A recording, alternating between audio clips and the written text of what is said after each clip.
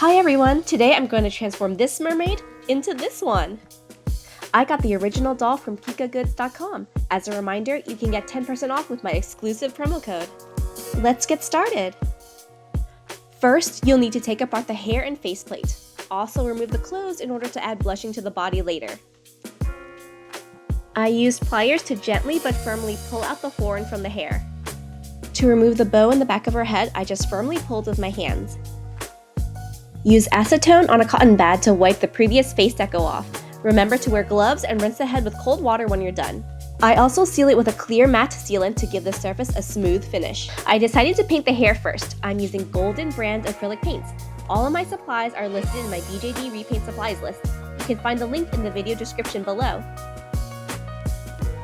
Here's how the hair looks after I finished coloring it. I decided to give it a subtle pink to purple ombre. As a finishing touch, I used this iridescent blue paint over the entire hair. Now onto the eyes. I draw in the eye shape using a dark purple watercolor pencil. At this stage, you can still erase with an eraser. After sealing the eye with matte spray, now I add blush to the face with chalk pastels.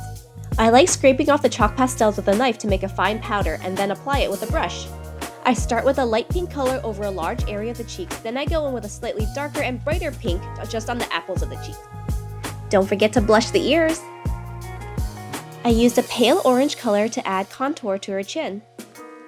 I lightly penciled in the center of her mouth so I can start making her expression. The blush faded a bit after I added another layer of sealant, so I'm blushing her cheeks some more. Blush around the outer edges of her eyes to give them more dimension.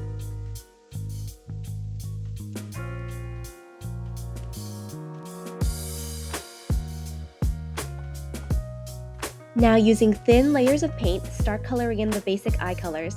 I like to start with the whites before moving on to the irises. Slowly build up the colors using thin layers. Here's how the eyes look after I finished applying the base colors. Now I'm filling in the eyeliner with a dark purple paint.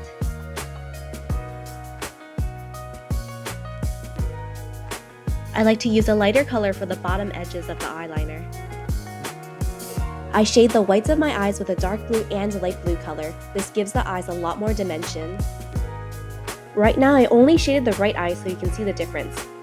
Notice how the whites of the right eye look more 3D and realistic. Now let's finish shading the whites of the left eye.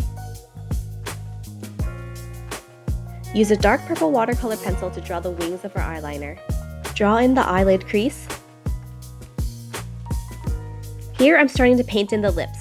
Use thin layers to build up color. I'm using dark purple pencil again to draw the pupils. I love using a light pink to shade the bottom edges of her eyes. Shading around the eyes helps make it look more 3D. Use the same light pink to add some more shading around the eyelid. Now you can see the eyes starting to pop out more. Finish drawing the rest of the eyelashes with a purple watercolor pencil. I used a brown color just in the center of the eyelid crease to give it some more dimension. I usually paint a thin layer of white or another light color in the center of the eyelids to make the eyes look more 3D. Here you can see the difference in the right eye, which I just painted, versus the left. Paint some subtle highlights in the irises. I like using a lighter color in the center of the eyeliner. I think this makes the eyes look more glowy and cute. I penciled in some darker color on the bottom eyeliner. Add some wispy bottom lashes. With my pink watercolor pencil, shade just the inner corner of the top eyeliner. On the right, you can see the eye that I just shaded with pink versus the left. I thought the bottom of the eyes needed some more shading, so I'm adding some more pink. Further defining the mouth center line with a watercolor pencil. Now she is starting to come together. Pencil in the eyebrows with a watercolor pencil. I'm gonna seal with a matte spray again, and while waiting for it to dry, I decided to blush the body. You only need to use a little bit of blush for the body. You don't want to overdo it and make the whole body pink. Add some white lashes at the bottom with a teeny tiny paintbrush. I think this makes the eyes look really cute and bright, so I usually have it on all my face-ups. Apply the white highlights with a dot tool. The tool helps you get really consistent circle shapes. You can find it in my BJD supply list. Since the hair is now a dark color, I wanted to change the bow, so I applied some iridescent pink all over it. My finishing touch is adding gloss to the eyes and lips. Here's the face all done. I'm really happy with how she turned out, so let's put it on the body. Here she is, all together. So, what do you guys think? I decided to add iridescent glitter to the bow and her tail to give her some extra sparkle. This doll, along with all of the other mermaids I have repainted so far, are going to be part of my upcoming Mermaid BJD doll sale.